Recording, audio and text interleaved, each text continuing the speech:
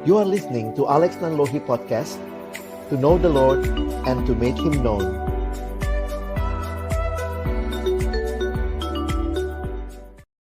Saudara yang dikasihi Tuhan, pembacaan firman Tuhan pada siang hari ini sama-sama kita akan melihat di dalam Amsal 16. Amsal 16 di dalam ayatnya yang ke-18 sampai dengan yang ke-20. Amsal 16 ayat yang ke-18 sampai dengan ayat yang ke-20.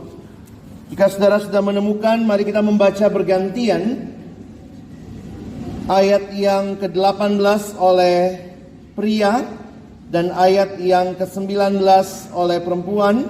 Kita bergantian sampai ayat 20-nya kita akan baca bersama-sama. Pria, wanita, dan 20 kita baca bersama-sama. Pria akan mulai 1, 2, iya. Kecongkakan mendahului kehancuran, dan tinggi hati mendahului kejatuhan.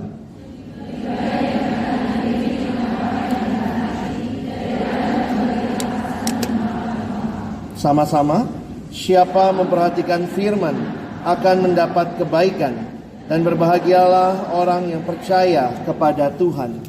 Bagian firman yang kedua kita akan membaca di dalam Injil Yohanes pasalnya yang ketiga. Injil Yohanes pasalnya yang ketiga. Kita akan melihat di dalam ayat yang ke-30 dan ayat 31. Kita akan membaca dua ayat ini bersama-sama. Ayat 30 dan ayat 31 Injil Yohanes pasalnya yang ketiga. 1, 2, iya. Ia harus makin besar, tetapi aku harus makin kecil. Siapa yang datang dari atas adalah di atas semuanya. Siapa yang berasal dari bumi, termasuk pada bumi, dan berkata-kata,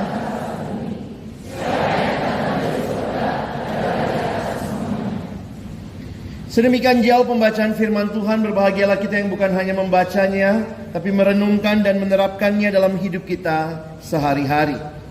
Saudara yang dikasihi Tuhan, tema yang diberikan untuk kita pikirkan pada hari ini adalah kian berisi, kian merunduk. Kita kenal ini sebagai ilmu padi. Padi yang tegak biasanya dalamnya kosong, saudara. Tetapi ketika isinya makin banyak, maka dia akan merunduk begitu rupa. Apa yang kita baca di dalam firman Tuhan hari ini mengingatkan kita bahwa Tuhan menentang orang-orang yang congkak. Saudara, satu dosa yang menjadi hal yang mengerikan, yang menjadi kejatuhan awal manusia juga adalah kesombongan. Kalau saudara melihat apa yang dituliskan di dalam Amsal ini, kecongkakan mendahului kehancuran. Karena Amsal adalah puisi, maka paralelnya congkak, tinggi hati, kehancuran, kejatuhan. Lalu kemudian dituliskan lebih baik merendahkan diri dengan orang yang rendah hati daripada membagi rampasan dengan orang congkak. Peringatan yang disampaikan di dalam kitab Amsal secara khusus, ada begitu banyak hal yang kita diingatkan tentang kesombongan, kecongkakan. Inilah realita manusia yang seringkali lupa diri. Dan ketika manusia lupa diri, lupa Tuhan, lupa sesama, manusia memikirkan bahwa dirinya lah segala-galanya. Saya pikir tidak kebetulan Tuhan ingatkan kita. Kalau ini adalah kebaktian terakhir, kebaktian dalam arti tahun ini, kebaktian awal bulan yang terakhir. Bulan depan saudara sudah masuk Natal, kesempatan untuk kembali merefleksikan diri. Apa yang sudah kita capai selama ini, dan bagaimana pencapaian itu mengingatkan kita bahwa sebenarnya semua yang kita miliki asalnya dari Tuhan saja. Tidak mudah saudara untuk menghidupi prinsip yang sederhana ini. Karena itu kalau kita melihat juga bagaimana respon Yohanes Pembaptis Ketika Yesus mendapat popularitas yang semakin besar, dan dia sebagai pembuka jalan, dia berkata, ia harus makin besar, tapi aku harus makin kecil. Uki hebat, tapi apakah orang melihat Tuhan yang disembah Uki itu yang jauh lebih hebat? Ada realita hidup manusia yang suka lupa diri, saudara. Saya ingat ada seorang hamba Tuhan pernah memberikan ilustrasi. Dia mengatakan kita itu sebenarnya harus belajar menerima segala sesuatu dengan tangan terbuka. Kadang-kadang manusia merasa I deserve it. Kita menerima segala sesuatu dengan tangan yang tergenggam. Jadi kalau satu waktu Tuhan bilang maaf, masa pakainya sudah selesai, saya ambil ya. Kita tarik-tarikan, Tuhan ini punya saya. Tuhan bilang ini saya pinjamkan. Jangan lupa, begitu banyak hal yang Tuhan pinjamkan bagi hidup kita. Sebenarnya di dalam kekristenan harusnya saudara dan saya mengerti, konsep kita bukan ownership. Kita bukan pemilik. Pemiliknya adalah Tuhan. Kita cuma penata layan, stewardship. Karena itu dalam kepemimpinan, di dalam masa ini orang seringkali berbicara lebih jauh lagi tentang stewardship. Bagaimana menjadi penata layan yang bertanggung jawab tapi tetap menyadari it's all from the owner, and that's why it's all for the owner's glory, not my glory. Di sini banyak mahasiswa juga, ada yang ngekos di sini? Banyak ya? Kelihatan kok mukanya ya. Saudara, saya coba bayangkan ya. Ini ada ilustrasi. Saudara coba bayangkan, jangan dilakukan. Do not try this at cost. Ya. Tapi coba bayangkan. Misalnya kalau saudara kos, biasanya orang kos berapa kamar saudara? Nah, 1. Ada yang kos sampai 3 kamar. 1 kamar sepatu, 1 kamar baju. Kontrak mendingan saudara ya. Coba kalau misalnya saudara kos 1 kamar ya. Lalu saudara biar seru bikin pengumuman. Tapi biar seru tunggu jam 12 malam. Saudara keluar dari kamar kosmu, lalu kasih pengumuman.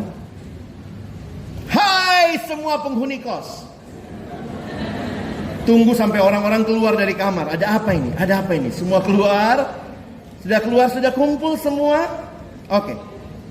Saya mau kasih pengumuman. Pengumumannya apa? Mulai malam ini, kosan ini punya saya. Kalau saudara begitu, kira-kira teman kosmu bilang saudara?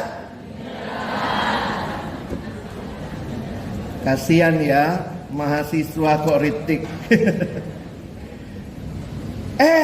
Karena saudara teriak-teriak malam-malam, datang ibu kosnya.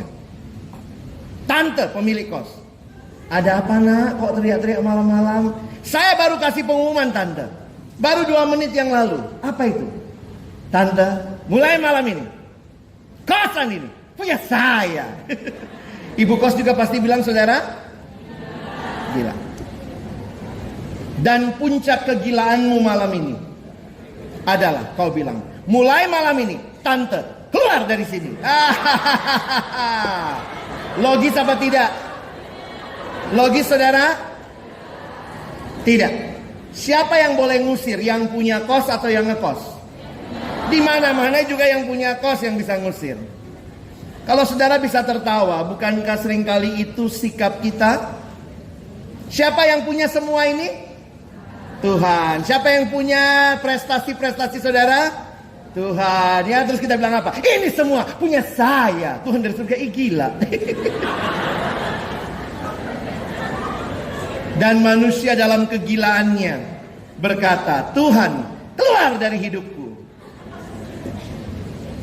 Kalau saudara bisa merenungkan ilustrasi yang sederhana ini, kiranya kita tidak pernah lupa sedikit pun keberhasilan apapun yang kita miliki. Kita cuma anak kos, jangan sombong. Bayangkan anak kos sombong gitu, ini kos punya saya. Hei, ingat, di dalam banyak hal yang kita terima, Tuhan harusnya segala-galanya. Tidak mudah saudara. Saya katakan bagi diri saya, bagi diri saudara, bagi prestasi kampus di mana saudara hadir, tidak mudah. Selalu mengingat kepada Allah. Kita kadang-kadang tidak suka Tuhannya, kita suka berkat Tuhannya. Itu tipis bedanya ya, Betty katanya, beda tipis. Saudara, teman saya punya anak waktu masih kecil. Sekarang anaknya sudah mulai mau SMP. Tapi waktu dia masih kecil, balita begitu, 5 tahun lah atau 4 tahun.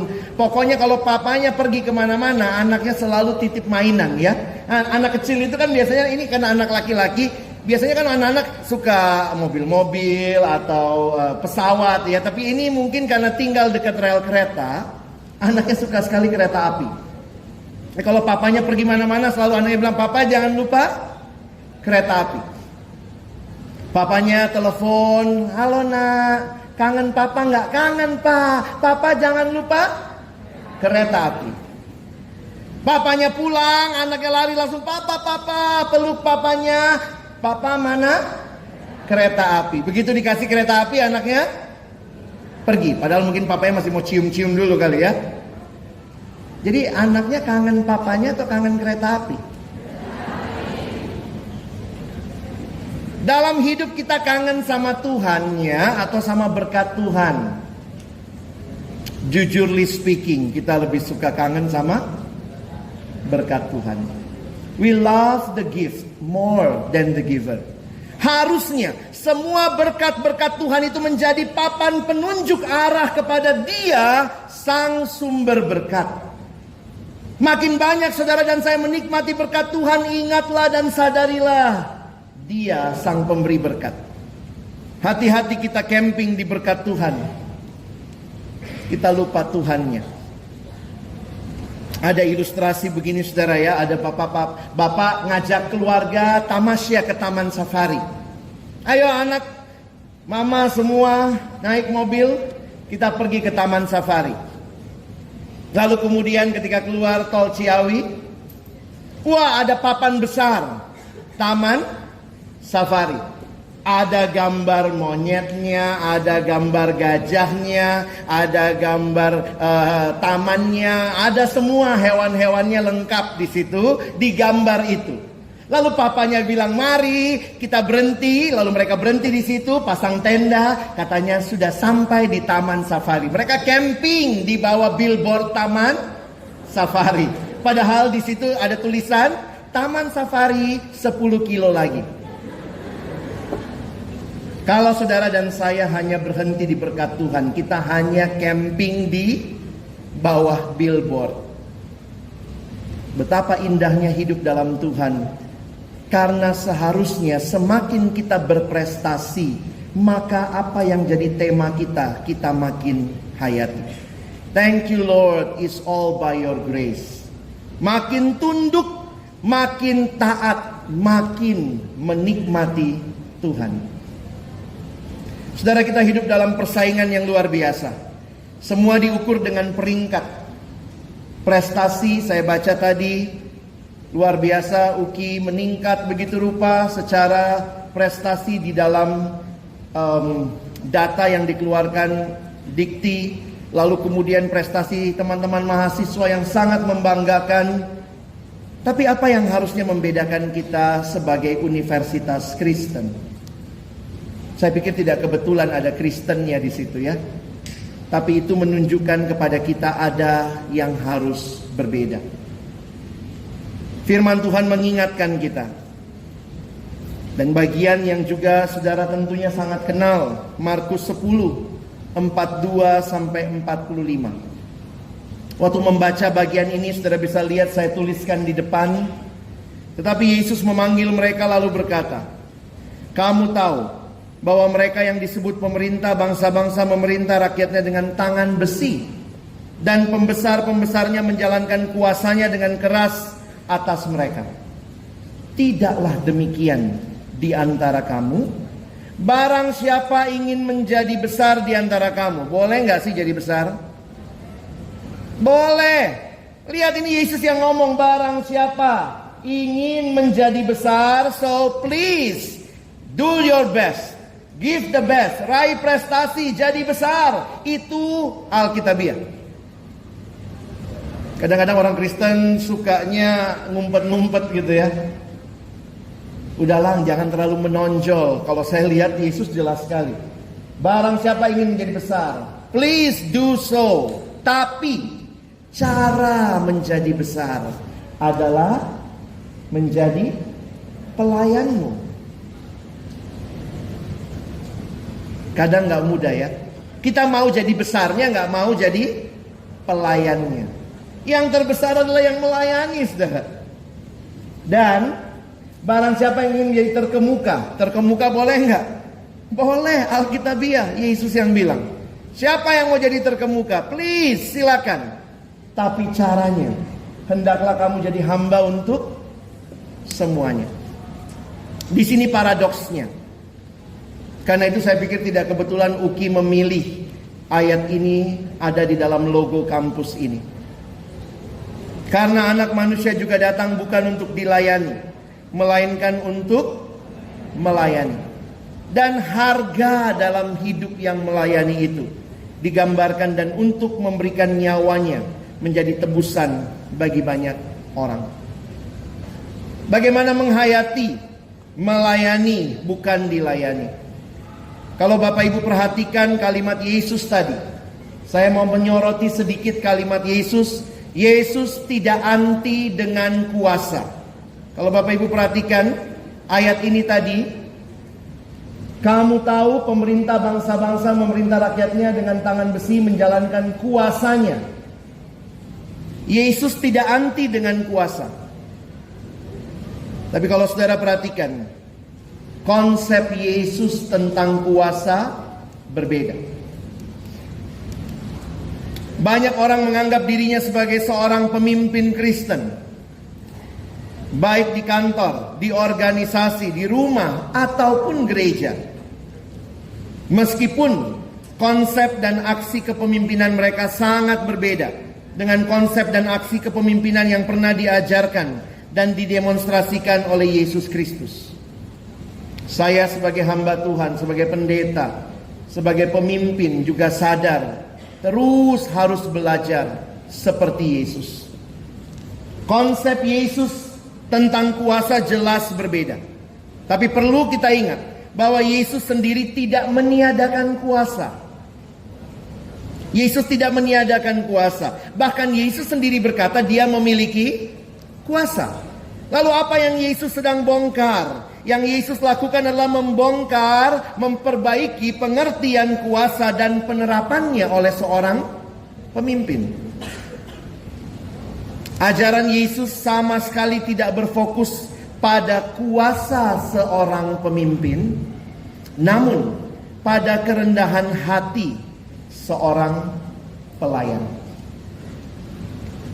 Saudara, kadang-kadang kita lupa diri. Siapa sih kita? Kalau kita melihat satu ayat di Alkitab, saya ajak kita baca 1 Tesalonika 1 ayat 9. Mari kita baca ayat ini sama-sama. 1, 2, ya. Sebab mereka sendiri bercerita tentang kami, bagaimana kamu sambut, dan bagaimana kamu berbalik dari berhala-berhala kepada Allah, melayani Allah yang hidup. Saudara, kalau perhatikan ayat ini, menarik untuk melihat kata yang digunakan. Berbalik dari berhala kepada Allah, untuk, dari, kepada, untuk. Ayat ini memberikan satu gambaran apa artinya melayani. Ketika saya merenungkan tentang pelayanan, ayat ini yang berkesan dan kemudian menolong saya menghayati bahwa yang namanya pelayanan sebenarnya itu melekat dengan being setiap kita yang sudah bertobat dari berhala, sekarang mengarahkan hidup kepada Allah, maka semua kita sebenarnya adalah pelayan. Saudara ingat baik-baik, siapakah pelayan? Pelayan bukan orang yang punya struktur saja. Tetapi sebenarnya setiap orang percaya yang sudah berbalik dari berhala kepada Allah, kita adalah pelayan. Karena itu kalau saudara perhatikan, saudara mungkin jadi mantan pengurus, tapi seumur saudara hidup, saudara belum pernah jadi mantan pelayan. Menarik ya? Ada yang sudah mau mantan pelayan duluan? Titip salam ya, wisudanya di surga tuh. Kita mungkin mantan pengurus, tapi seumur kita hidup, kita belum pernah mantan pelayan. Karena itu kalau selesai kepengurusan, nanyanya apa? Mau melayani di mana lagi? Pelayanan gak selamanya butuh struktur ya. Coba lihat di Alkitab, saudara bisa buktikan sama saya. Yesus pernah jadi pengurus gak? Ada ayat Yesus marilah rapat pengurus? Gak ada. Kalau istilah universitas marilah raker. Ada. Yang jadi pengurus itu di Alkitab itu Farisi. Sorry ya, saya gak pernah lihat Yesus jadi pengurus. Tapi banyak orang cuma punya jabatannya, tidak punya hati pelayannya. Itu sedih. Yang indah adalah kalau saudara punya strukturnya, saudara juga punya hatinya. Tapi tanpa struktur pun, kalau kita sadar bahwa hidup kita adalah seorang pelayan, maka kita akan terus melayani. Kadang-kadang sekarang kalau dibilang melayani Tuhan, oh itu pendeta, oh itu dia struktur, dia majelis. Itu yang hamba Tuhan, itu hamba Tuhan. Kalau saya mah hamba uang begitu. Saudara, hambanya siapa? Setiap kita yang ditebus, kita adalah hamba Tuhan. Miliknya Tuhan, melayani Tuhan. Karena itu ada pertanyaan yang menarik untuk kita diskusikan, walaupun ini debatable ya. Saudara setujunya yang mana kalau begitu? Pelayan yang memimpin atau pemimpin yang melayani? Kalau kita bicara pemimpin, seolah-olah memang basic identity kita, saya pemimpin, lalu saya melayani. Tapi kalau lihat ayat tadi, saya dan saudara adalah pelayan. Saya akhirnya sadar betul saudara ya, yang pemimpin lalu jadi pelayan itu cuma Yesus. Dia yang turun dari surga, dia pemilik segala-galanya, dia turun melayani. Itulah teladan pemimpin yang melayani. Kita ini kalau lihat yang tadi, kita kan pelayan. Makanya ada kalimat begini. Pemimpin pelayan atau servant leader bukanlah pemimpin yang melayani, namun pelayan yang memimpin. Cerna dulu kalimat ini, karena mungkin ini bertentangan dengan konsep kita selama ini. Ia bukanlah seorang pemimpin lalu merelakan diri untuk melayani orang lain, namun ia pertama-tama seorang pelayan, seorang hamba Allah, lalu terpanggil untuk memimpin. Saya pernah jadi pimpinan di lembaga tempat saya melayani. Satu pagi saya lihat ruangan kotor, saya ambil sapu, saya nyapu. Waktu saya nyapu, kemudian ada teman yang datang, oh, udah kak, saya aja. Saya bilang, kenapa memangnya? Memangnya pemimpin gak bisa nyapu, gak boleh nyapu.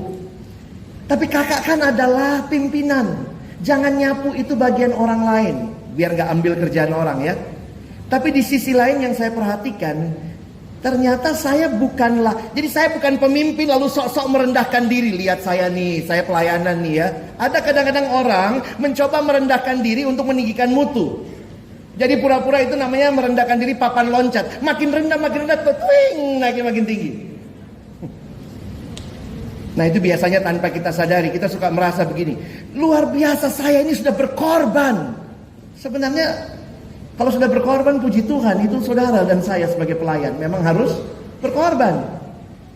Kita bukan orang yang punya jabatan, lalu kemudian kita turunkan diri, sok-sok merendahkan diri. Tapi benar-benar tantangan ayat tadi menolong saya melihat, Tuhan, saya ini cuma seorang pelayan. Makanya Paulus bilang begini ya, kita baca sama-sama. 1, 2 ya. Saudara-saudara, memang kamu telah dipanggil untuk merdeka, tapi janganlah kamu mempergunakan kemerdekaan itu sebagai kesempatan untuk kehidupan dalam dosa, melainkan layanilah seorang akan yang lain. Saya harap kita tidak hanya mengingat hari ini Tuhan yang besar, tapi mari tiru apa yang menjadi nilai pelayanannya. Sebagai pelayan-pelayan, mari belajar melayani. Belajar merendahkan diri. Kenapa? Itu panggilan kita. Kadang-kadang kalau saya lihat, misalnya saya jadi ketua, lalu kemudian saya punya anak buah. Memang kalau distrukturkan bapak buah di atas ya, anak buah di bawah kan. Jadi misalnya saya satu, terus pengurus ke bawah. Tapi sebenarnya secara Kristiani, saya bukannya punya 20 anak buah. Saya punya 20 orang yang harus saya layani. Cuman kan lucu aja kalau di struktur ditaruh di yang paling bawah gitu ya. Bapak buah kan biasanya di atas.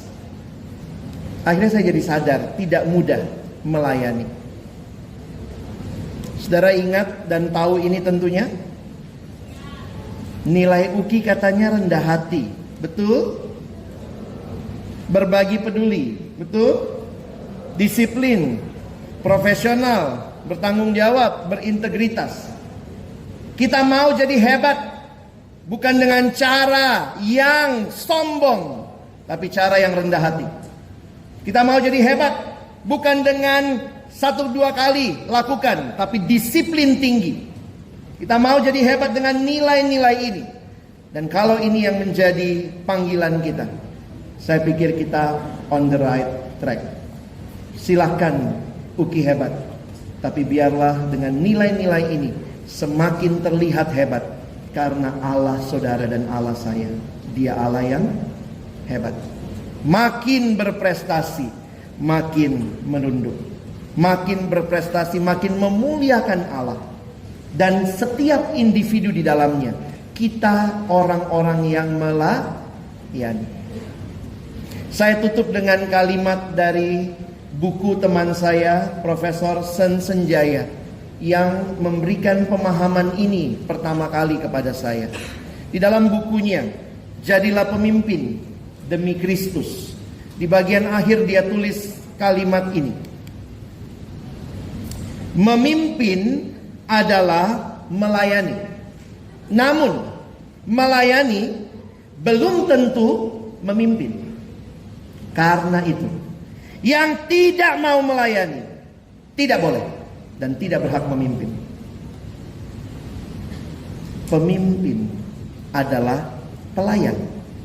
Namun pelayan belum tentu pemimpin. Karena itu, yang tidak rela menjadi pelayan tidak layak menjadi pemimpin. Mari memimpin dengan kerendahan hati. Dari mana itu? Dari Alkitab, dan itu nilainya UKI. Sekali lagi saya bacakan dan kita refleksikan bagian ini. Memimpin adalah melayani. Namun melayani belum tentu memimpin. Karena itu yang tidak mau melayani tidak boleh dan tidak berhak memimpin. Pemimpin adalah pelayan. Namun pelayan belum tentu pemimpin. Yang tidak rela jadi pelayan tidak layak untuk memimpin. Mari pimpinlah dunia ini dengan prestasi, tapi dengan hati yang senantiasa rela melayani. Amin. Mari kita berdoa.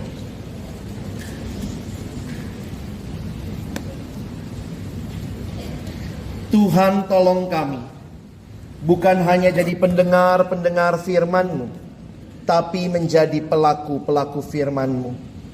Mampukan kami, bukan seperti anak kos yang sombong luar biasa. Jangan biarkan kami camping di bawah billboard berkat Tuhan. Jangan biarkan kami berhenti kangen hanya kepada berkat-Mu. Tuhan, tolong. Semua yang kami nikmati, kami alami, mengingatkan kami, menunjukkan kami terus kepada Tuhan kami yang hidup, yang hebat, yang luar biasa. Dan biarlah setiap kami yang ada di dalam kampus ini, setiap jenjang yang ada, benar-benar punya hati seorang pelayan yang berlomba-lomba melayani satu dengan yang lain. Karena itulah kunci kebesaran yang sejati. Terima kasih Tuhan. Tolong kami bukan cuma jadi pendengar firman, mampukan kami menjadi pelaku-pelaku firman-Mu. Dalam nama Yesus kami bersyukur, kami berdoa. Amin.